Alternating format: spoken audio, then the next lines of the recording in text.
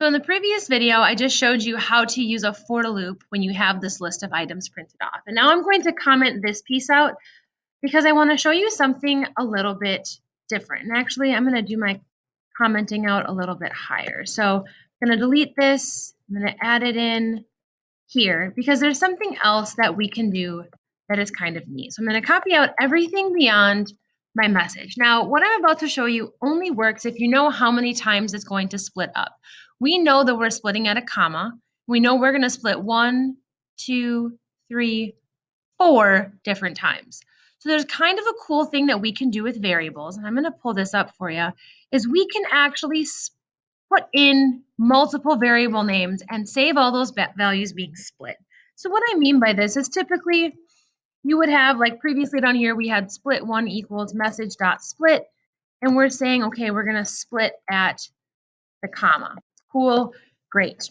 And down here, we can kind of assume we're going to use it this way with the for loop when we don't know how many times it's going to split. But for this picture right here, for this word right here, we can see it's going to split into 4 pieces. So what we can do is we can actually put 4 variable names in there, and it'll save each split piece into the variable. So what I mean by this is you could do split piece 1, split piece 2, split piece 3, split piece 4.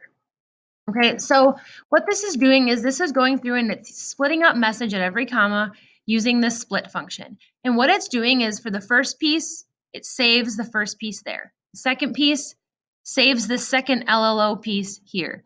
Third piece saves space WOR here.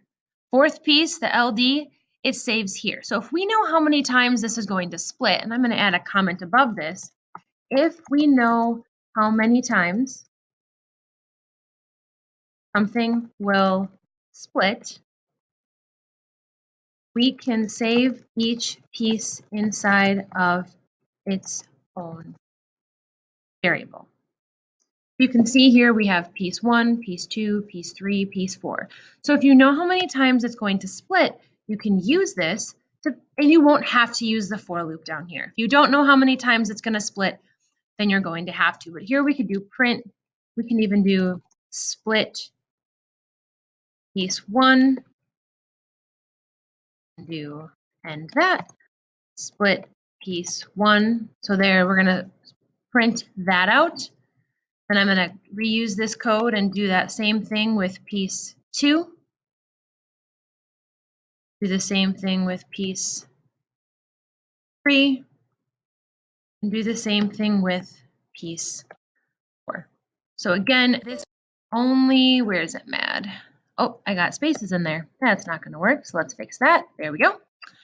Now if we run this code, what you will see is it prints out each split piece. So these are your 2 options. If you don't know how many times it's going to split, this is your best option to save it in a list. And then if you want to cycle through each piece using a for loop, if you do know how many times, you can do variable 1 name, comma variable 2 name, comma variable whatever name, as I showed you here. So it says it will break it up into multiple pieces and save it in each variable. And you just need to put the number of variables that you need there. So you can see that.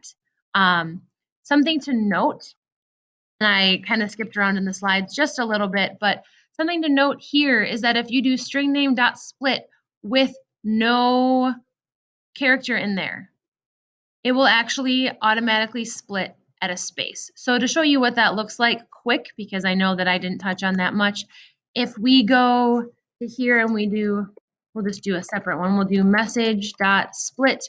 We won't put anything inside of it, and we'll save it as split 4. We haven't done that yet. And then we'll print split 4 to the screen.